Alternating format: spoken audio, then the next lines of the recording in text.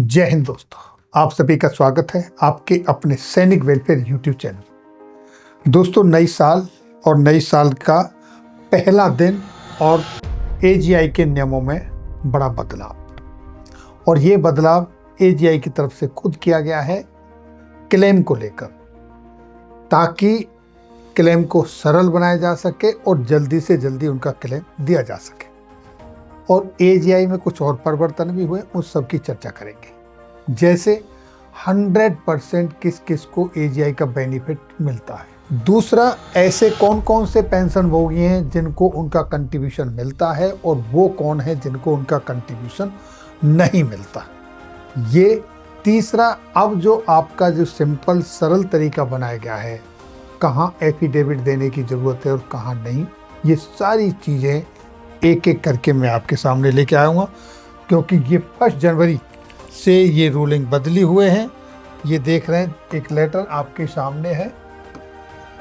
1 जनवरी 2026 का army group insurance की तरफ से लेटर निकाला गया है, जिसकी copy additional director general of man power MP 5 और 6 उनको दे दी गई है। आर्मी हेडक्वार्टर में DGMS के पास गई, directorate of Indian army veterans के पास गई, केंद्रीय सैनिक बोर्ड को दे दी गई, ऑल एरिया सब एरिया हेडक्वार्टर और रिकॉर्ड ऑफिस सबको इसकी कॉपी दे दी गई है। ये लेटर 1 जनवरी 2026 का है। इसके मुताबिक क्या क्या इसमें बदलाव हुआ है, वो बड़ी ही इम्पोर्टेंट चीज़ें हैं, मैं आपके साथ वो शेयर करने जा रहा हूँ। इसमें सबसे पहले एजीआई न्यू रूल्स के मुताबिक जो प्रॉब्लम्स थी वो उन्होंने खुद महसूस की, और उसको ही किस तरीके से सिंपल सरल बनाया जाए, ये रूल्स निकाले। 9 पेज का ये लेटर जारी किया। बहुत ही संक्षिप्त में एजीआई ने माना कि क्लेम में अक्सर डॉक्यूमेंट अधूरे गलत आते हैं। फिर शुरुआत होता है लेटर्स, नॉमिनेशन, महीनों की देरी, और ये इससे परेशान होते हैं। तो उसको किस तरीके से सिंपल किया जाए कि ये बहुत सरल हो जाए, इसमें बड़ा बदलाव किया। एफिडेविट अब हर क्लेम में ज़रूरी नहीं है। नॉमिनी है या कंटीजेंट नॉमिनी है तो उनके लिए एफिडेविट की आवश्यकता नहीं है, वो ख़त्म कर दिया है। दूसरा, क्लेमेंट नॉमिनी नहीं है यानी लीगल हायर है, यानी कानूनी उत्तराधिकारी है, तो आपका एफिडेविट मैंडेटरी है और इस समय आपको देना होगा एफिडेविट, अदरवाइज नहीं। अब नॉमिनी और कंटीजेंट नॉमिनी है तो आपको करना क्या है, बहुत सिंपल सा है। आपने ओरिजिनल जो आपका एक्सटेंडेड इंश्योरेंस का सर्टिफिकेट है वो भेजना है, डेथ सर्टिफिकेट देना है। डेथ सर्टिफिकेट में अगर QR कोड नहीं है, पहले तो QR कोड का होना चाहिए। आज की तारीख में सभी डेथ सर्टिफिकेट QR कोड के साथ बन रहे हैं, लेकिन अगर आपके ज़िले में, आपके एरिया में QR कोड का नहीं है, तो आपको डेथ सर्टिफिकेट जिला सैनिक बोर्ड से सर्टिफाइड करा के भेजना होगा, और जहां डेथ सर्टिफिकेट बनता है उनसे एक सर्टिफिकेट लेना होगा कि यहाँ पर QR कोड का डेथ सर्टिफिकेट नहीं बन रहा है। तीसरा, कैंसिल चेक जिस पर आपका नाम हो, या पासबुक की फर्स्ट पेज की कॉपी, जो पासबुक की कॉपी होती है फर्स्ट पेज की, वो ऑथेंटिकेटेड होनी चाहिए बैंक के साथ। आधार और पैन कार्ड आपका जो कि सेल्फ अटेस्टेड हो, और एक्टिव मोबाइल नंबर आपकी ईमेल आईडी। अगर ये सारे डॉक्यूमेंट आपने प्रोसेस कर दिए हैं, दे दिए हैं, और ये सबके पास होते हैं, तो आपका within no time claim आपके पास आ जाएगा। अगर नॉमिनी नहीं है या नॉमिनी कंटीजेंट नॉमिनी नहीं रहे हैं, तो क्लेम में आपको जो आपके लीगल उत्तराधिकारी हैं उनका एफिडेविट लगेगा, और वो एफिडेविट एनेक्चर 1 में, ये लेटर के साथ जो मेरे हाथ में है, ये आपको हमारे व्हाट्सएप चैनल पे मिल जाएगा, और सोशल मीडिया पर भी काफ़ी सर्कुलेट हो रहा है, व्हाट्सएप ग्रुपों में भी घूम रहा है, तो वहीं से ये इन्फॉर्मेशन मैं आपके साथ शेयर कर रहा हूँ। तो आप यहाँ से ले सकते हैं। एनेक्चर 1 में आपको एफिडेविट मिल जाएगा, क्या एफिडेविट आपने देना है। अगर आपका ओरिजिनल जो लेटर है एक्सटेंडेड इंश्योरेंस का वो नहीं है, तो उसके लिए भी आपको एक एफिडेविट देना होगा। उसमें अगर आपको बाद में मिल जाता है तो हम सबमिट करेंगे, ये करके आपको एक वहाँ पर एफिडेविट देना है। अब अगर नाम में मिसमैच है, आजकल आपने देखा होगा नाम में मिसमैच के कारण बहुत सारी समस्याएं खड़ी हो रही हैं, तो इसके लिए भी आपको एनेक्स्चर 3 में इसी लेटर में एफिडेविट है वो देना होगा। एनेक्स्चर 3 में एफिडेविट है वो देंगे। QR कोड जरूर ये होना, नहीं है तो आपको जैसा मैंने पहले बताया जिला सैनिक बोर्ड से लिखवा के देना पड़ेगा। और इस लेटर के अंदर अपेंडिक्स बी जब आप देखेंगे तो वो बहुत इंपॉर्टेंट है। और मैंने जैसा बताया अनेक्स्चर ए उसका जो एफिडेविट है उसकी मैं आपको एक कॉपी मिल जाएगी वहाँ पर, लेकिन मैं आपको यही दिखा देता हूँ। ये है वो अनेक्स्चर ई जहाँ ड्यूल नेम एफिडेविट, यानी कि आपके अगर नाम चेंजिंग है तो वहाँ पर ड्यूल नेम एफिडेविट के नाम से एक एफिडेविट देना है, ये मैंडेटरी है। अब देखिए अपेंडिक्स बी जो कि बहुत महत्वपूर्ण है और जिससे पता चलेगा कि किसको उसके कंट्रीब्यूशन का पैसा समय सीमा निकलने के बाद वापस मिलता है, वो एक बहुत ही इंपॉर्टेंट डॉक्यूमेंट और वो सबको जानना चाहिए। देखिए अपेंडिक्स बी, ये entitlement under extended insurance scheme. यहाँ देखिए पहले तो ये कि इसके अंदर आपको बेनिफिट क्या है, दूसरा ये जब इसका टाइम बार्ड हो जाता है तो उसके बाद जो आपने कंट्रीब्यूशन दिया था वो पैसा आपको वापस मिलता है। किस किस को मिलता है, किन कंडीशंस में मिलता है और किसको नहीं मिलता वो देखिए। स्टार्टिंग 1981 से हुई थी for officers and JCO wards up to 1989। Officers का जो कंट्रीब्यूशन था 1640 और जेसीओ जवानों का 580 और इसका टाइम था 10 साल रिटायरमेंट के बाद या 65 ईयर्स एज, दोनों में जो पहले आ जाए उस समय तक। और एक्सटेंडेड इंश्योरेंस जो था ऑफिसर्स के लिए 65,000 और जेसीओ जवान के लिए 30,000 था, लेकिन इसको बाद में 15 ईयर्स को 70 ईयर्स एज तक ले कर दिया गया था, बढ़ा के। जो पहले 10 और 65 साल था, बाद में इसको बढ़ा के 15 और 70 साल, यानी रिटायरमेंट के 15 साल तक या 70 साल की एज होने तक जो पहले आएगा उस समय तक। और जो आपका कंट्रीब्यूशन था पैसा वो आपका नॉन रिफंडेबल था। नेक्स्ट 1 अप्रैल 1989 से, और ये था 31 मार्च 90 सेम थी, लेकिन आपकी इंश्योरेंस कवर बढ़ा दी थी ऑफिसर्स की 65,000 से 1 लाख और जेसीओ जवान की 30 से 50,000 ये बढ़ा दी गई थी। अप्रैल 1 94 से जुलाई 1999 तक ये कंट्रीब्यूशन भी बढ़ा दिया गया था दोनों की तरफ से, और एज बढ़ा दी गई थी यहाँ पर रिटायरमेंट के बाद 20 साल तक, लेकिन वो एज 70 साल ही रखी थी जो इसकी वैलिडिटी थी। और ये आपका इंश्योरेंस कवर बढ़ा दिया गया अफसर्स के लिए 2 लाख और जेसीओ जवानों के लिए 1 लाख। यहाँ तक भी आपका जो कंट्रीब्यूशन था वो वन टाइम नॉन रिफंडेबल, इन लोगों को किसी को भी ये समय निकल जाने के बाद भी ये पैसा आपका वापस नहीं आने का प्रोविजन था। 2 जुलाई 1999 से 2004 तक जो कंट्रीब्यूशन था उसको फिर से बढ़ाया, और यहाँ पर जो रिटायरमेंट के बाद 20 साल और जो एज बढ़ा दी वो 72 ईयर्स कर दी थी।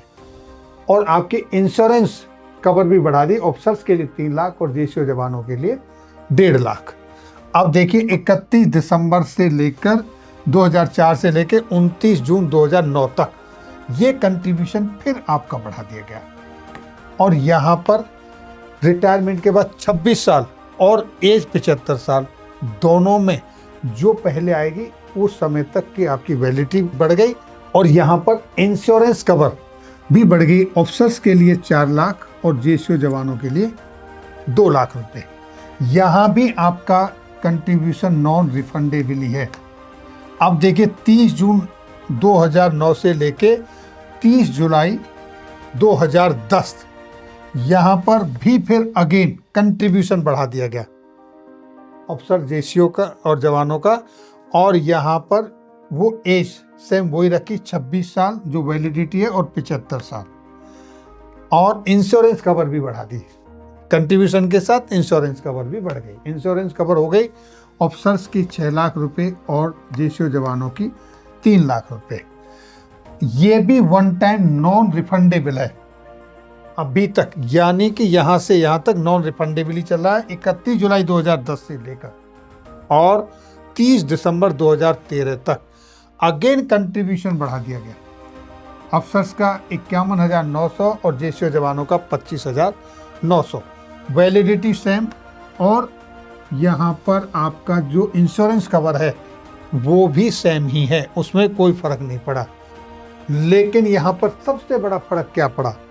जो फर्क पड़ा वो ये पड़ा, देखिए दोस्तों, पहली बार यहाँ पर आपका ये जो अमाउंट है ये वन टाइम रिफंडेबल कर दिया गया, यानी कि ये पैसा आपको आपका वापस मिल जाएगा। अगर आप इस समय तक कोई वो हादसा नहीं हुआ, आपको आपका ये पैसा रिफंडेबल होगा। तो 1981 से लेकर 30 जुलाई 2010 तक का जितना भी पैसा कटा है सभी का नॉन रिफंडेबल है। लेकिन पहली बार यहाँ 31 जुलाई 2010 से 30 दिसंबर 2013 के लिए जब कंट्रीब्यूशन बढ़ा और यहाँ से पहली बार आपका पैसा जो कंट्रीब्यूशन है वो रिफंडेबल कर दिया गया। यानी आप अपना 26 साल रिटायरमेंट के बाद या 75 साल की उम्र, दोनों में जो पहले आ जाए आप अपना पैसा वापस ले सकते हो इसके बाद। अब देखिए 31 दिसंबर 2013 से 31 दिसंबर 2014 यहाँ भी आपका कंट्रीब्यूशन बढ़ा, पैसा वन टाइम रिफंडेबल है, सेम अमाउंट है वही है, लेकिन आपका यहाँ इंश्योरेंस कवर बढ़ा दिया गया है। अफसर्स का 10 लाख और जेसीओ जवान का 5 लाख।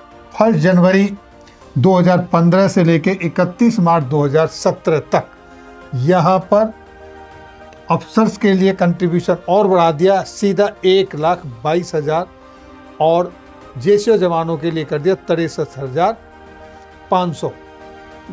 यहाँ पर जो वैलिडिटी है उसमें बढ़ोतरी कर दी, यानी रिटायरमेंट के 30 साल या एज 80 साल, दोनों में जो पहले आएगी उस समय तक आपको जो कवर है वही बराबर है। इंश्योरेंस कवर ऑफिसर्स के लिए 10 लाख और जेसीओ जवान के लिए 5 लाख, लेकिन यहाँ पर आपकी वैलिडिटी बढ़ गई, यहाँ पर ये सिग्निफिकेंट है। इसके बाद 1 अप्रैल 2017 से लेकर 31 दिसंबर 2021 के लिए कंट्रीब्यूशन को कम कर दिया, घटा दिया कंट्रीब्यूशन। एज क्राइटेरिया वैलिडिटी वही रखी, लेकिन यहाँ again one time non refundable, ये सिर्फ 2 पीरियड रहे रिफंडेबल, ये वन टाइम नॉन रिफंडेबल कर दिया और आपका इंश्योरेंस कवर सेम वही रखा जो पहले था। 1 जनवरी 2022 से 30 मई 2022, बहुत छोटे टाइम के लिए यहाँ पर कंट्रीब्यूशन को फिर कम कर दिया, 90 पे आए, 1,22,250 से घटा के किया 1,09,220 और अब घटा के कर दिया 90,000, जेसीओ जवान के लिए 40,000।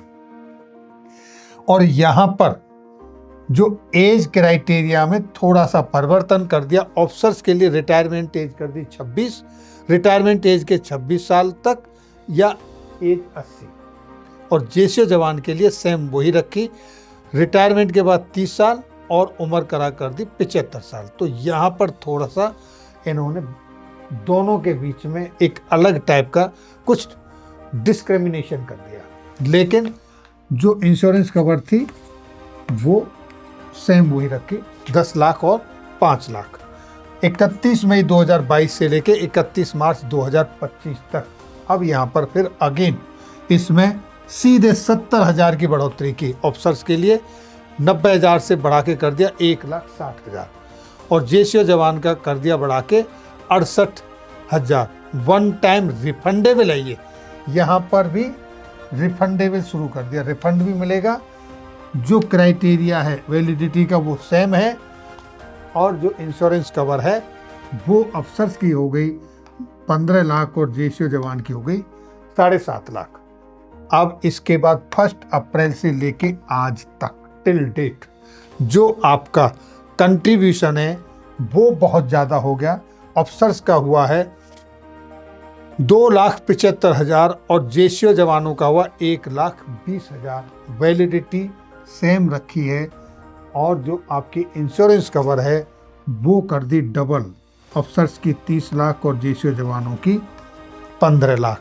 तो ये है आपका किस किस का कब कब रिफंडेबल हो सकता है, आज आपकी इंश्योरेंस कवर क्या है, एक्सटेंडेड इंश्योरेंस कवर, कितने समय के बाद आप उसको अपने कंट्रीब्यूशन को वापस ले सकते हैं, कौन कौन ले सकते हैं, ये सारा डिटेल ये है। अगर आपका किसी कारण से सर्टिफिकेट, एक्सटेंडेड इंश्योरेंस सर्टिफिकेट जो आपको रिटायरमेंट के टाइम पे मिलता है, अगर गुम हो गया है तो उसके लिए आपको कौन सा सर्टिफिकेट देना है, एफिडेविट क्या देना है क्लेम के लिए, और क्लेम का प्रोसीजर जो सिंपल किया है, वो सारी ये थी जानकारी। ये लेटर आप हमारे व्हाट्सएप चैनल पे ले सकते हैं या मेल कर सकते हैं, तो हम वहाँ पर भी आपको मेल के जरिए भी भेज देंगे। ये थी जानकारी।